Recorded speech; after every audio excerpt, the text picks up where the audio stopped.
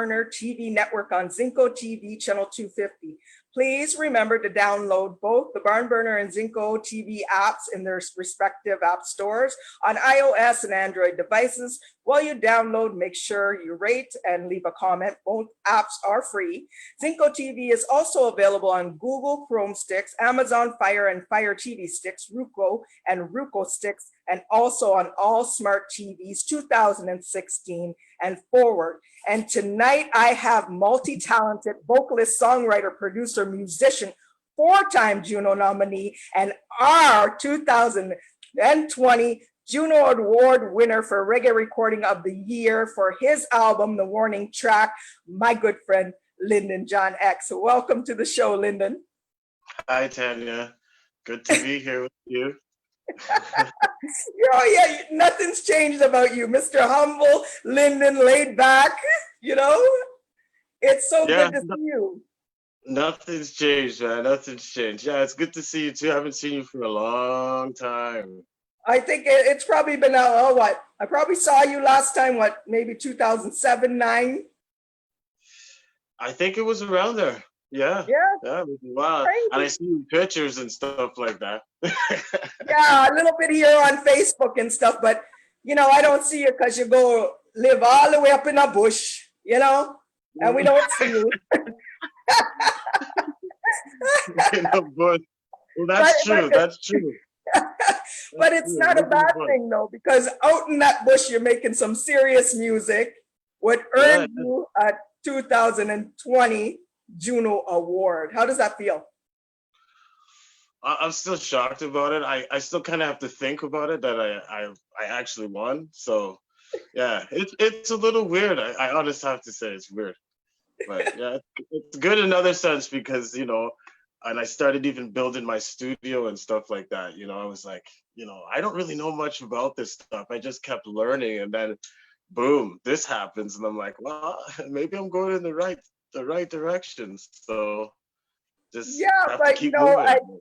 I want to start from the beginning, go up, but since we're on the Juno and you just won it, I just want to know how it felt for you because, of course, this year the Junos didn't happen live, so because of COVID, and you tell me exactly what happened when you got, like, we're told it's going on. What were you doing?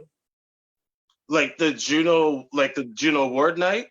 Yeah, like it didn't happen because of COVID. So it was presented obviously online and you didn't get to go to the ceremony this year. So how did you find out? Were you tuned in? What was going on? Okay, well, the night of the Juno Awards, I was just doing what I usually do. After I'm done my thing during the day, I come downstairs and I usually grab my guitar, or I just turn on the TV and I see who's playing baseball or what, you know, just to kind of unwind a little. And I didn't really even think about it. And I heard this crashing noise from upstairs and this screaming. And usually my children are upstairs doing some kind of craziness and they're laughing at something on YouTube or something. But the noise was coming towards me. So I'm like, what's going on? What are they doing? And they came down the stairs and and told me, Dad, you won. And I was like, won what? and they said, yeah, you won this year. I was like, oh my God, that's crazy. And then for I think for maybe hours after, I was like, I won. That's good. I couldn't believe it. So yeah. Yeah, and how did you, I know Julie, your wife, is a big supporter of you. How was she? Was she freaking out? Well, I didn't hear her. It was my two daughters that were making most of the noise, right? They were drowning her out. Oh, totally. Like they were so excited, right? But it was a wild night, I'll tell you that. Yeah. Yeah, nice. And even my neighbors after that, they called, they had my phone, and so they were dinging my phone and whatever. So that was pretty cool. Yeah. Wow, that's so good. I mean, where you're from, where exactly are you located now? I live in a small town called Brussels, and it's about an hour and 15 minutes north of London. Okay. And it's about an hour west of Waterloo. And Okay. it's a small, like one street town. It's quiet and it's very chilling, man. Yeah. But I like it because, it's like you get the best of the beaches and stuff, and it's nice. I like it. So do It they is slow know? though. I mean, They know they got a superstar living over there, or they don't realize? well, yeah, I guess they do know now because yeah, I was on the news and stuff, and I've been in a few of the newspapers and stuff like that. And so, and a lot of the people around here, like I was interacting with them through like teaching them guitar and music and stuff like that, so Yeah. years back. So yeah, it was kind of cool that way, because even some of the kids I worked with, they're doing some music stuff now too. So Yeah. yeah, Yeah. The it's reason kind of why I cool. say that is because I know you just do what you do and you don't really talk about what you do. So that's why I would be like, they'd probably be, that guy does all this. We didn't know, you know what I mean? The normal Yeah, person that you, because I know you're yeah. not one to talk about what you do. Well, I don't know.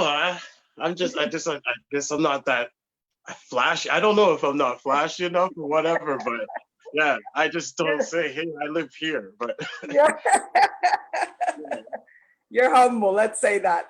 Okay, so what I want to talk about is I want you to let my viewers know how you started in music, and How who I got started. you into music, your journey Okay, from young. well, yeah, I started playing piano when I was 5 years old, and my parents like were just, you have to do something. So I went. They took me to play piano, and I absolutely hated it. All right. And I never wanted to do it because, right, piano is a big instrument and stuff. And then it was funny enough, I saw Bob Marley Yeah, the night he died. They had like a tribute thing about him. And that was the first night I remember seeing this man. Okay. And okay. I asked my mom, I said, Mom, why is he always with his eyes closed? Is he blind like Stevie Wonder? And I remember my mom saying to me, no, he's high. I didn't even know what that meant. But I remember saying, I'd like to play guitar. I'd like to Yeah, do that. You know what I mean? So when I was 8, I started playing guitar. And of course, I hated going to lessons. It was on Saturday afternoon when wrestling was on. So I was always like, oh man. But the thing that made the difference was I loved my teacher, right? Because he used yeah, to teach me all kinds of different stuff and introduced me to all kinds of different music, especially he loved rock music. So he was teaching me a bunch of that kind of stuff or whatever. But how I got into the reggae thing now was my dad has this elaborate record collection. So we used to go in there and pick. And then one guy came over, one of my dad's good friends. He gave me Bob Marley Uprising and yeah. another Bob Marley cut who had some rarities and stuff on it. And I remember those are my very first two that I remember listening to all the time. So then I learned how to play, like copy the reggae from the guitar, right? Because I Yeah, wasn't really into rock music and I listened to it, it was all right. But it was more I listened to the reggae and I tried to get what they were doing with the guitar and all those things, right? So yeah, I just loved the way reggae made me feel when I was playing it. So I just kept on. Anytime I put on a Peter Tosh, I would try to copy with the guitar. I do a little thing with the guitar. So I took music all through what? I took guitar lessons until I was about 16, 17. I went in high school. I played in every music thing there was, jazz, percussion, blues, all that kind of stuff. And then there was one day a guy came to me and he said, the school is making a movie and they want some musicians to make a soundtrack. So I okay. said, well, I have a song. It's a reggae song. I want to record it. So they Yeah, were taking the musicians to a recording studio to record these songs. So I wrote a reggae song, and it's on my first album called All My Lovin'.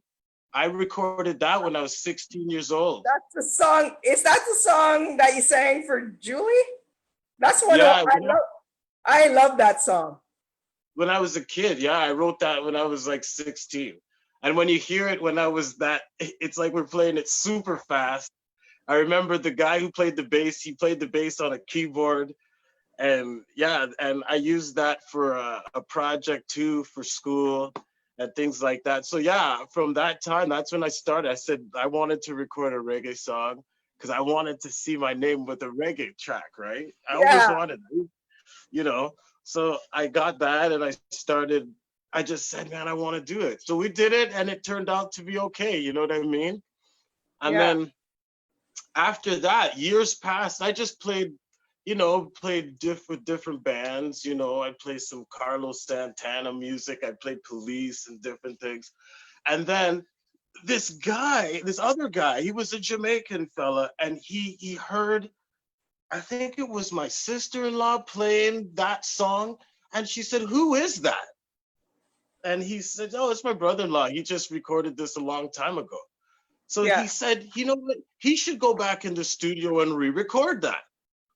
So that's when I said, okay, well, I had a whole bunch of other songs that I'd written.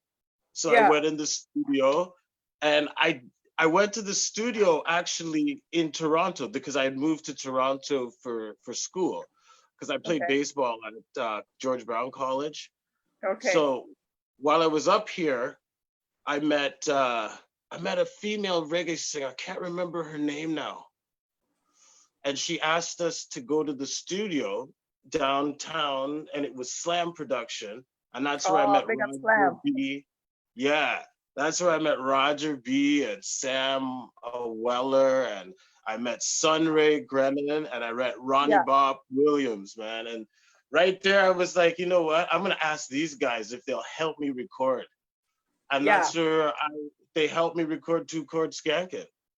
Nice. That And was the first album in 2007 what earned you a Juno nomination. yeah, that That was was the your first. first nomination. Yeah, yeah. Yeah, So but not to go skip back. When you said your dad had a record collection, obviously he liked music, but were your mom and dad or any family member involved with music that made you want to do this? Like besides like just collecting records, your father liked records? Were they in the industry or? no, not really. No, my parents just had like different tastes, right, with different music styles, right? So they weren't really in the industry.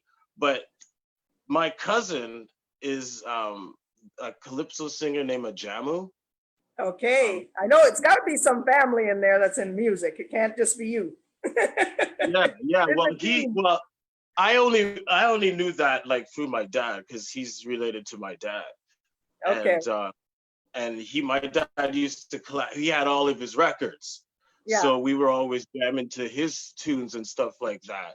But I loved calypso and soca music and stuff like that growing up, but reggae was always yeah. the thing. You know what I mean? I always Where loved reggae music. where were your parents from again? Grenada.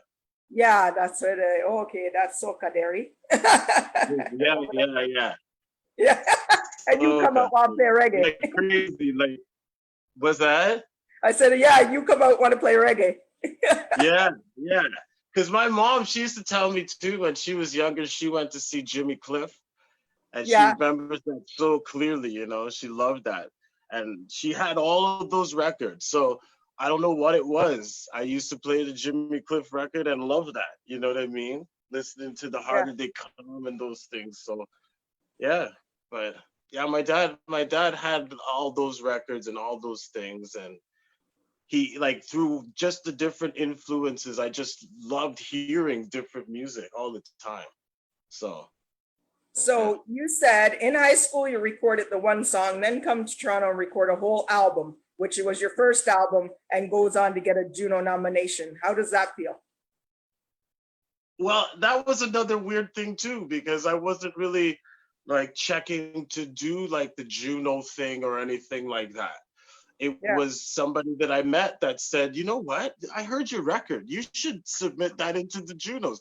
I said, well, how do you do that? yeah, And then she said, it directed me to the website. And yeah. that was it. You know And what I then mean? boom. But yeah, it's weird. But you want to hear something even crazier?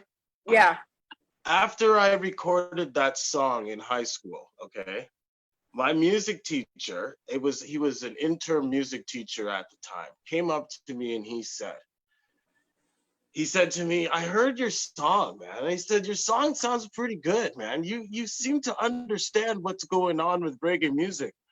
I bet if you hooked up with some people from Toronto, you'd take that reggae music pretty far. Yeah. You got to come out in the bush and come to the city. Yeah, yeah, man. And I was like, well, you proved them wrong. You went back to the bush and you won the Juno. So yeah, all right, you can come back and forth. But I had to come to Toronto to meet some people and to actually prove to myself, yeah, I can play this music. I could, record it and stuff. You know what I mean? So that was the experience that I'll remember. Okay, so you got nominated now for the Juno. Was there any performances before being nominated for a Juno? Like they are making music in the background and that now you're nominated, but were you comfortable before being nominated or that performing all over the place? No, not at all, man. No way. No, not at all. Look, like I had performed, right? Like I'd done like some shows with buddies and things like that, right? But to go and to now perform my own music, like Montreal Reggae Festival and things like that, the first time I was shivering in my boots, man. Yeah, like the reason why I say that and I brought that up is because it's funny that you're just showing that you can make quality music and you weren't really out there visually amongst performing everywhere, being everywhere, and you still got nominated for a Juno because you sat and you done quality music and you weren't everywhere. You know what I mean? So it made people wonder, who's this Lyndon John X, And like, and of course you go get nominated. Now the performances start coming like Montreal Fest and you get a feel of that. And like you said, shaking in your boots. And then what was next for you? I think the craziest thing that came next was when I went to Switzerland to play at the Montreal Jazz Festival. Okay. That was a nice opportunity. Yeah, like then it's like, holy cow, like you're seeing like way more people. It's like your heart is beating out of your chest. But it was good because then it was like I saw it and then it was like, wow, it gets like off general rush. Yeah, so you feel better about it. But yeah, that was a big rush. The first night when I went up on the stage for Montreal, I was, I could feel it. So yeah, but what I love about doing the shows is I love when you start and the first like drum roll and first when you feel that and you start playing. I love that. You know what I mean? So after I started doing them, I'm like, you kind of crave that. You kind of look, you hear that, that just, you love that. But you still get nervous. And the reason why I bring this up, because people don't realize a lot of musicians, they make music and they're comfortable to do that. But when they go out on stage, it's another story. So not everybody is comfortable going out there. That's another part that you have to kind of conquer and have the whole package to say, I got the music, now I got to present it. And it's not always easy to do the performance part. Well, yeah, and especially if you're squashing down like your nerves and stuff like that. Well, I've seen you perform and you don't look nervous and you sound just like the record. That's the professional in you. So you got it all going on, but it's nice to let my viewers know that all the time musicians don't stand up there and they're all together and not nervous. There's nerves that you have in there, A lot. Yeah. So then, you didn't go on too bad for yourself because not almost everything you drop, you're just getting Juno nominations like it's nothing. Like you go and you make another album, Brighter Days 2011, boom, another second Juno nomination. Not too bad. All my viewers, you don't understand. I know Lyndon and he is so humble, and this is just so funny because he's so laid back and humble, and that's what I respect of you. You know, that's why you've reached how far you reached, because you're just so laid back and cool. You know. Well, I guess I just don't know how else to be. You know what I mean? Because like I'm just thinking of this as I'm playing my guitar, right? And Yeah. that's really why I do. I love playing the guitar, right? So Yeah. reggae is something I can practice my guitar with. You know what I mean? Yeah. So, and then I just add some lyrics, and there you go. but but yeah, to get the Juno nominations and stuff, yeah, it feels great because then like your music is being acknowledged, and it's a good feeling. So yeah. It's funny because when we say like your first nomination was 2007, and that same year, when I see this, it's kind of funny, but it's not funny. You got nominated 2007 for your first nomination at the Junos. You also took home the top best new male comer at the Canadian Reggae Awards. Now, who does that? You're coming as best male newcomer and then also up for the Junos, which is the highest platform for Canadian music. Isn't that just weird? Well, it's crazy that you said that because it was you guys that called me and told me Yeah. about it. Yeah. Because I was sitting there and I was like, hey, another day, just bored out of my brain. And then the phone call comes and it was Carrie that says, hey, Lyndon, you were nominated for this. Yeah. Sure, okay, fine. But you were also nominated for a Juno. And that's when I was like, what? Yeah. It's just, I But don't know. But the funny thing is why I say that is because you were new coming, but it's just amazing because to me at the time, yes, you were coming into Toronto, you were new coming, but you were doing your thing still.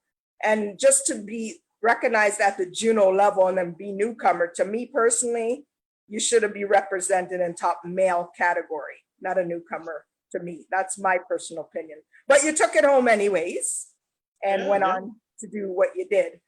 So Brighter Day comes out, second nomination. Right.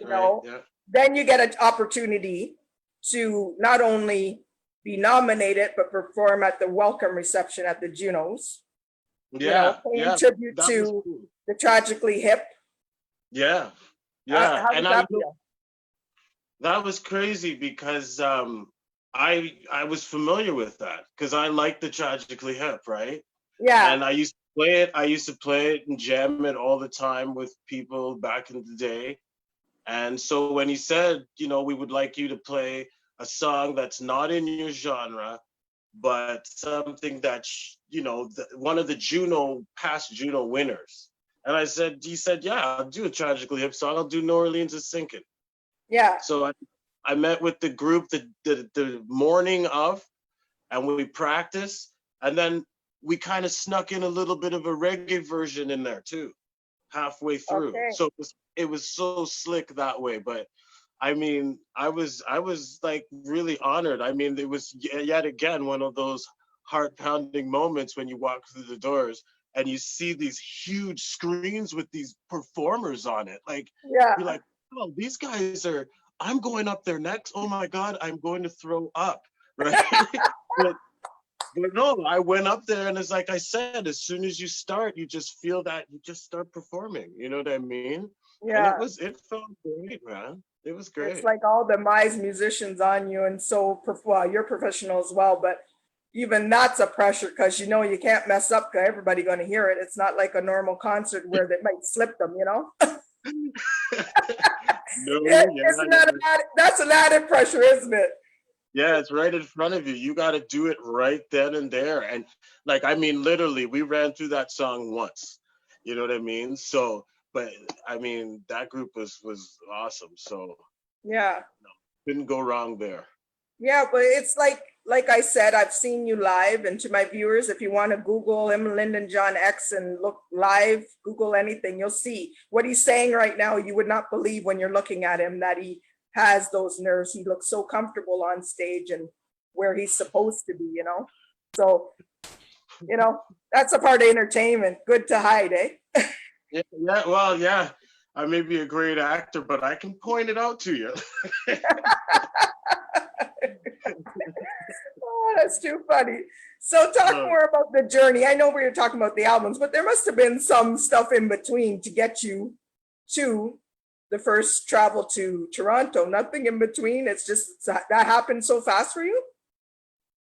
Well, like, I mean, there's been so many things. I mean, even coming to Brussels, right? Like, I Yeah. never thought that I would move out here. It's just the Yeah. fact that I moved out here and I liked the house that I was moving out to. So I said, okay, this is a great spot. You know, it was just one of slipped in time that you find yourself out here. But even with that, I never anticipated that I would create my own studio and learn the different things about production and things like that. It's crazy because even before I made the Mongoose Gang, I got really sick and I had like pneumonia with this other lung infection on top. Oh geez, I didn't know. Wow. Yeah, I was in the hospital for probably a month and a little bit. Oh. And God, it was pretty rough. And when I was there, I just kept thinking, music. I said, as soon as I get out of here, I'm gonna do this music thing. I'm gonna make sure I learn as much as I can. And my friend, he had a bunch of recording equipment and he was selling it, and I jumped at the opportunity and I took it. And that's where I started building my studio right there. Yeah, you got it right down where you are now. Yeah, and like as I was getting better, I started learning and like taking different courses and stuff like that, just so I can figure out how to do certain things. And I love it. I love the production part of it. I love it. Just sitting at the board and even just dub mixing a song, I can be there for hours and do the same song over and over and over. I just like playing with the knobs, you know? So Julie's like, come to bed and stop playing with the knobs. That's too funny. You know? I gotta say hi, Julie, and hi to the kids. Oh my gosh, that's too funny. Yeah, I'll let them know. Yeah, but I just love that kind of thing. And like, so when I started doing that kind of stuff, I was like, you know, this is really a different part of the music, because I've always learned the notes, I learned the counting, the timing, all that stuff. But when you get into the production and like massaging it, and it's crazy. I love it. I like it a lot. So you guys, everybody, now your production you're doing out there, you have musicians amongst you there, or you coming back to Toronto to do some work? Like lately, you been, or you just been out there working with musicians out near your side there? Actually, I haven't really been working with musicians. It's just me, basically. Wow, good for you. Yeah. Like when I go and I play like small gigs and stuff like that, like a lot of people like do private parties. I have a few musicians. I have like a little acoustic trio that I do. I go out and I play with them and stuff like that. But in terms of recording, I haven't like built the studio to the point where like I can get like live drummers and all that stuff in. Okay. So I've been doing a lot of the stuff myself. Wow, you know what I mean? Good for you. So are you telling me the Juno album that you just won, the warning track, that is all you? Yeah, I did the album myself. And wow. The mastering the mastering was done at Lacquer Channel. Megan Richat was the mastering engineer, and my friend Ken did all the artwork and stuff. Yeah, but the music and all that stuff, I did it myself. Wow, congratulations. I did not know that. Wow, good for you. Yeah, and that must be a good feeling. It was weird because right when I was done the first round for the mastering, the studio shut down. Like the brains of my studio went down. So for about almost a year, I didn't have a studio after I recorded the album. So I got it back. So you waited a year to put it out, like to complete it? No. I completed it, right? Okay, And okay. I sent it for the master. And when I got it back for the master, and there was a few things that I wanted to, I'll tweak this and tweak that, but I couldn't because my studio shut down. It broke down. I don't know what happened to it. Wow. Couldn't do anything, couldn't record. So I had to use that master. You know what I mean? So it's like I'm stuck. This is it. You played with the knobs too much. Yeah, man. I broke it. So yeah. So I had to just use that as my master, but it was a huge learning experience, man. Like I Yeah. was up, hours in the morning singing. My kids could probably hear me singing the music and stuff, right? Yeah. Like, what is dad singing to, right? They can't hear the music. They're just hearing me singing in the basement, right? Playing his guitar. Yeah. You gone back to how you started. Make some more songs till it's fixed. Yeah. But my whole goal is I would really like to incorporate, bring the musicians from people that I've met in the past to come and do this stuff. Yeah. Because I mean, I love working with musicians. I mean, geez, Yeah. it's just the fact that I've made these albums by myself. No, and no means does it mean that I'm going to be doing this by myself. I don't want to do it like that. No. I'm just saying four nominations, and this was your win after 3. And just the fact that you did that all yourself, the win is your complete project. That's congrats for that. That alone is good for you, you know? Thanks. People don't realize how much it takes, to put into that. And it's just, to me personally, for you, I'm saying congratulations. Everything you dropped was Juno nominated. Your hats off to you for that as well, Lyndon. Thanks. That's why, when I saw that you won this year, I'm thinking you deserve it because everything you put out, you got nominated for. And, they say 3 strikes you out, 4th is the charm, buddy. Right? I think this is probably my walk to first base because I still got some more to go. Right? Oh, I know you do. I'm just playing. I think I still have some more to go, but yeah, this was a really cool way to say, hey, thanks very much. Yeah, no, but I just keep stressing the fact you did it all yourself. That's what is wow. So, what was I gonna say?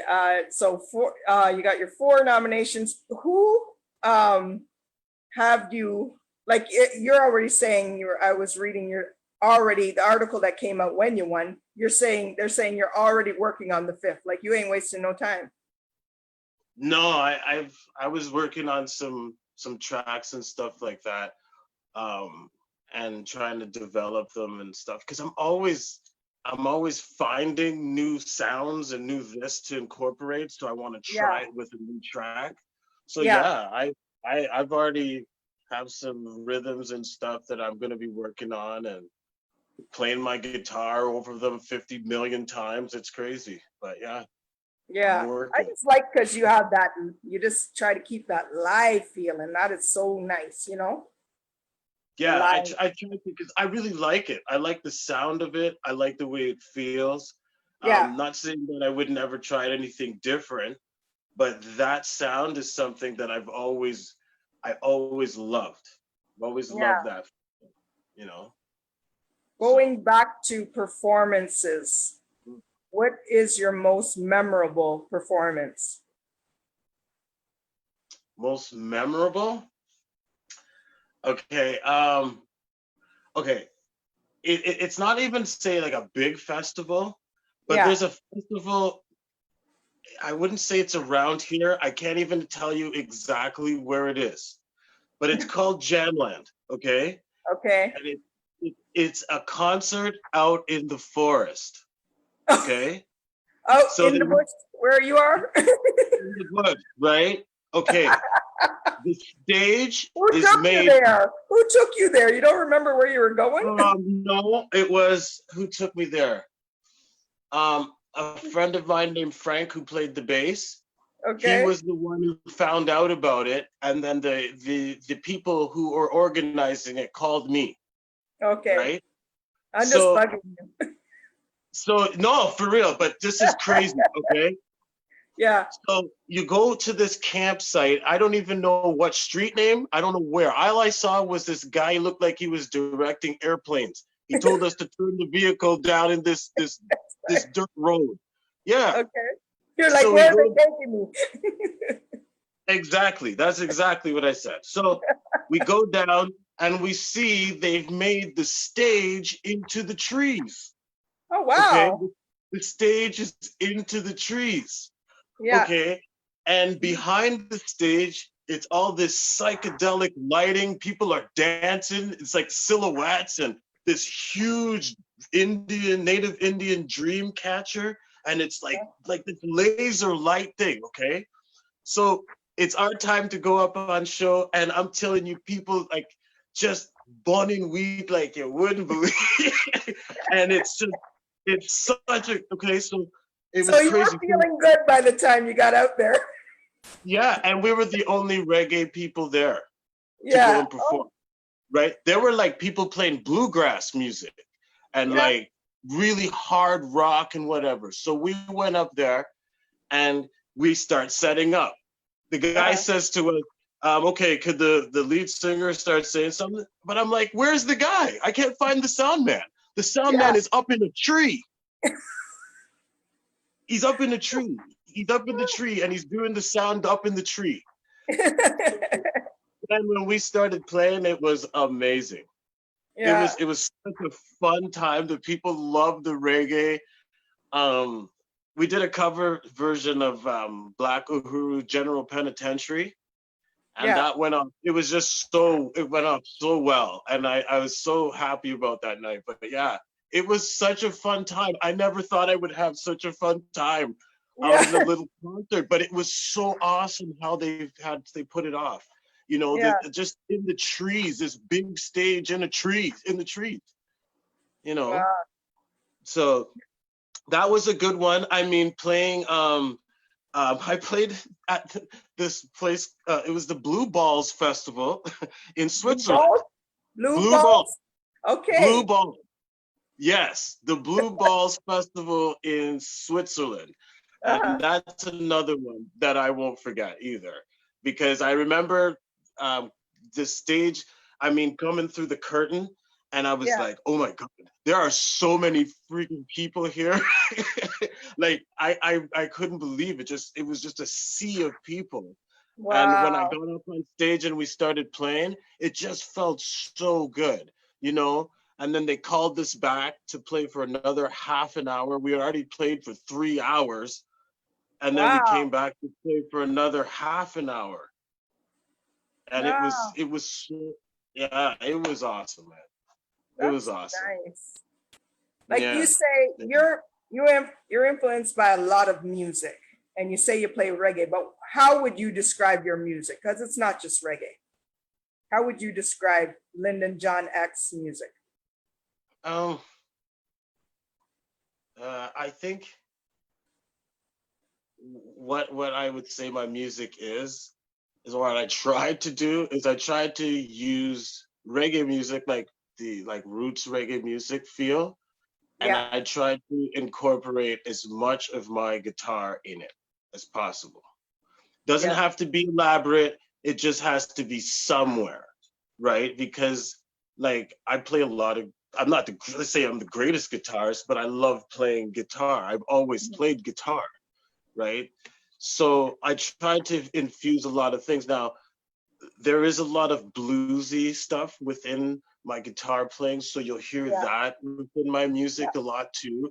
There is a lot of jazz. I did play jazz in high school, and I love jazz music, so I tried to infuse a lot of those things.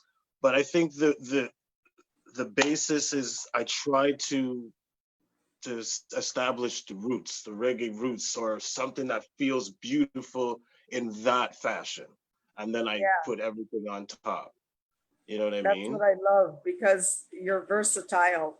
That's why I said I wanted you to explain your vibe, because you're not just stuck in one lane. Even though you're reggae, I know you're very versatile that way, outside of the reggae as well.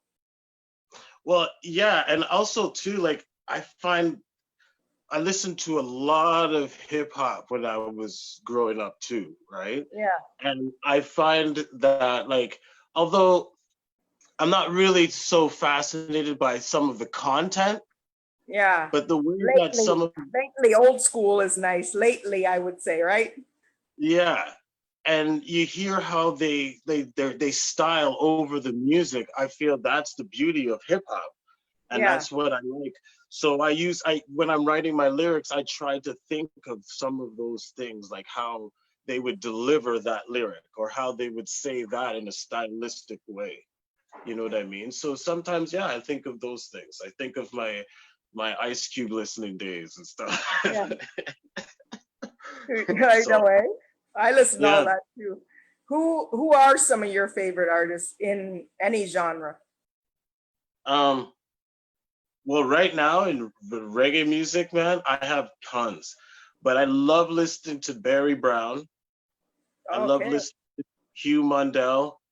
I love listening to a guy named Flick Wilson. He only has like one album out right, like not right now, but only one album, but it's so slick. I love the way his voice is. Well, no, he has more albums, sorry. But the way he delivers is so nice. In jazz, I love my favorite jazz musicians are Wes Montgomery and Joe Pass, both guitarists. They're excellent. I love Jimi Hendrix. He's awesome. The way he plays the guitar is different from others. You know what I mean?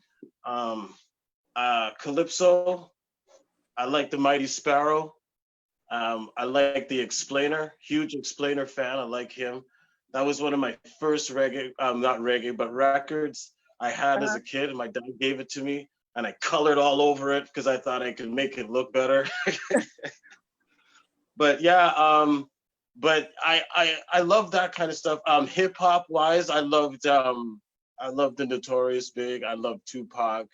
I loved geez, I was big into NWA and anything that Dr. Dre produced. I Uh-huh. love the way that he produces music. So I listen to a lot of stuff because if you listen to a lot of Dre stuff, it's very Yeah. simple but it's very catchy. So Hmm. that's why I love listening to that. But yeah, most of the time, if you catch me in my car, I'm listening to Barry Brown all the time. And I think, I don't know if I missed this one, but just to remind you who you really like, do you remember an email you used to have? I don't know if you still have it. Oh, Cat Core. Oh, right. Sorry, I that Stephen Cat Core. I remember copying that solo when I was like 14 on my Yeah. guitar, and I was like, wow, I could say I could copy that now, right? I thought it was all big stuff, right? Yeah.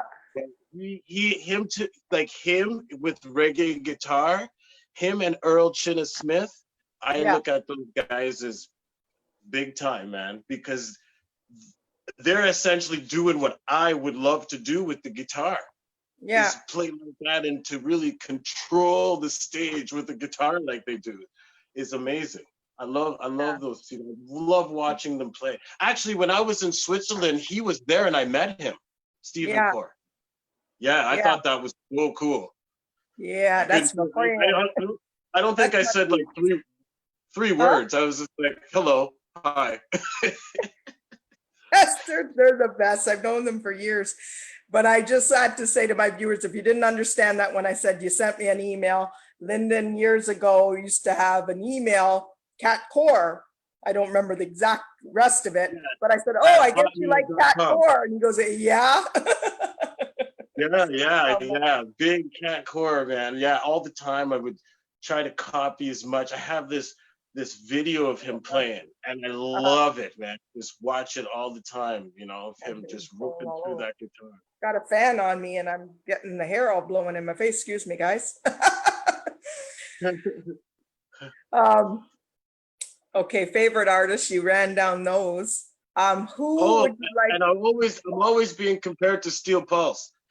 Oh yeah, I was gonna say that, you didn't say that one. And that, it's funny when I see you too. That's the group I thought of actually too. Yeah, and the only reason I know Steel Pulse is because my uncle came up from Grenada when I Mhm. was 12, and he Yeah. was living with us. And every day. That's all he listened to. Steel Pulse, Steel Pulse, Steel Pulse. I said, who are these guys playing this music? He Yeah. said, it's Steel Pulse. And every day was Earth Crisis and roller skates. And I was like, I was just loved how the music sounded, you know? Yeah. And then it wasn't until years later I picked it up again. And it was like, yeah, but I love the early Steel Pulse albums, man. Those are the best. My favorite song was Taxi Driver. I just like that one. It's the Oh, way yeah. it vibes. And the Yeah, video, yeah. it's just funny, that's all. Well, yeah, and they're hitting the points. You know, you think of it as it's almost like comical feeling, but the point they're making is so straightforward to your heart, you know, like he wouldn't stop for me because of the way I look, you know? Yeah. Which Yeah, exactly. crazy dynamic. Who would you like to work with that you haven't worked with? Everyone. Everyone? Oh, aren't you nice? Like, it's funny because normally you ask somebody that and they have one on their mind like right away. Like they know exactly who, if they had a chance to work with, they would say it right away. So that was cute. No, like I love so many. Like, I mean, there's so many people from Canada, right? Yeah. That they drop good music and stuff. I like, you know who I really like? I like Protege. I like the way he sounds. I know. He's got a cool thing going on. Yeah, I like him. I like him. I like Jesse Royal. And yeah, but yeah, it'd just be cool. You know what it would be for me? It would be like I would be learning from that person. Because I feel when you do music with other people, like say for instance, I'm jamming with a guitarist. I like to jam with a guitarist that's playing in a different idiom, or he's light years ahead of me. So I learn off of them, right? So if I go with somebody who does reggae in a different fashion, I'm going to be learning what they're doing. So it would be a welcome to just, you know, collaborate with people. You know what I mean? But I don't have like all these people I like. You know what I mean? They sound so nice. Like you listen to Janine, right? And you're like, wow, that's really cool. Yeah. Like how would a guitar track mix in with one of what she's singing? I don't know. Yeah. You know what I mean? So she's got a cool sound. It's a lot of young artists coming up now. They're just like, wow. Oh yeah. Like Leila Ike, you know her? Leila Ike? No, I don't. Ike. Oh gosh, you gotta check her out. Okay. She's good. I will definitely send you a link to check her out. You will like her. Okay, yeah, do that for sure. Because that's another thing too. If anybody like sends me any kind of links to any kind of music, I'm always on it. Listen to what they're listening to too, right? What they like, what their tastes are. Right? So I love that. That's awesome. So because you said you'd work with anybody, but you can produce for yourself, but is there any producer that you see doing work out there that you would like wish you could actually go in their studio and they actually produce something for Lyndon? Well, yeah, Steve Marley makes some good stuff. Now you're talking. You know what's funny? You said him. Almost every interview that I had down to Morgan Heritage, everybody, they say Stephen Marley is a genius. Yeah. And you said that. He makes some really good music, man. And like even like when I listen to Julian Marley's album, I think that album Awake is really, really nice. And I love to hear Julian Marley sing his songs, man. But the work that they did on that album is nice. It's so sweet, right? But like I said, it's again, those producers that even I don't know their names or whoever, I would be learning yet again. I go to these places, I see what they're doing. It would be crazy to just sit there and watch what they're doing. Yeah. You know? Especially like if I ever went to Jamaica and sat there and I was watching like a big time producer doing his thing, I'd be like, holy crap. You know what I mean? Like, have you ever gone to Jamaica? No, I've never been. You should, just because I only say this, like, of course you love reggae music, but it is such a different vibe that is something that you should think about and go down there just to take it in, because it's such a good experience that even if you didn't do something, that there's no way you could go down there and not do something, but even if you didn't, once you go down there, you will leave with such a vibe when you come back to create. That is something you should definitely do and look into. Yeah, I was planning on doing it actually. I think it was 2 years ago. Yeah. Yeah, but then I forget what happened. It was in October that I was going to plan on going. Yeah. But like I said, if I go, I always tell people if I go, I want to take my children. Yeah. And because I don't feel right going by myself. There's so Oh, much no, down there. you have to go with the family. That would be a nice trip. No, you have to go. That would be like, Yeah. if you could go for a little bit and stay there and just see around and go, trust me, Lyndon, that'll be the best thing you ever did musically. Just to walk on the street. Music is everywhere. And it's an experience you have to experience that. Yeah, Definitely. I mean, I'd love to do it because there's a lot of history there on the island as well, that I'd love to learn about and things like that and show my children too, right? So that's why I say I would always want to take them to go see these things, right? Like even my last child, she hasn't been to Grenada yet, so I have to take her there too, right? My children, they've been before, but like, yeah, Jamaica is definitely a place that I really want to go. Go and see, like, especially, I mean, it's been a long time, but like to see these places where some of the greatest music was recorded and all this stuff. I mean, it's probably a long time, but just to say, oh, it was here before, I love it, man. Like I watched the movie Rockers when I was sick about every day. You know what I mean? Because there was nothing else to do. Yeah. And it was like, I would just love to see that. You know what I mean? Where guys were just hanging out. Yeah. Because it's like, oh, go ahead. No, go ahead. Sorry. No, I said, I was going to say, nobody would believe this. Like, you won Reggae Recording of the Year, but never visit Jamaica, and you love the music so much. That's just like, people wouldn't even think that, they would think you must be going there because that's where it's created. That's where normally the people say, if you want to know reggae music, you have to go there, feel it, and then you come back. It's an experience.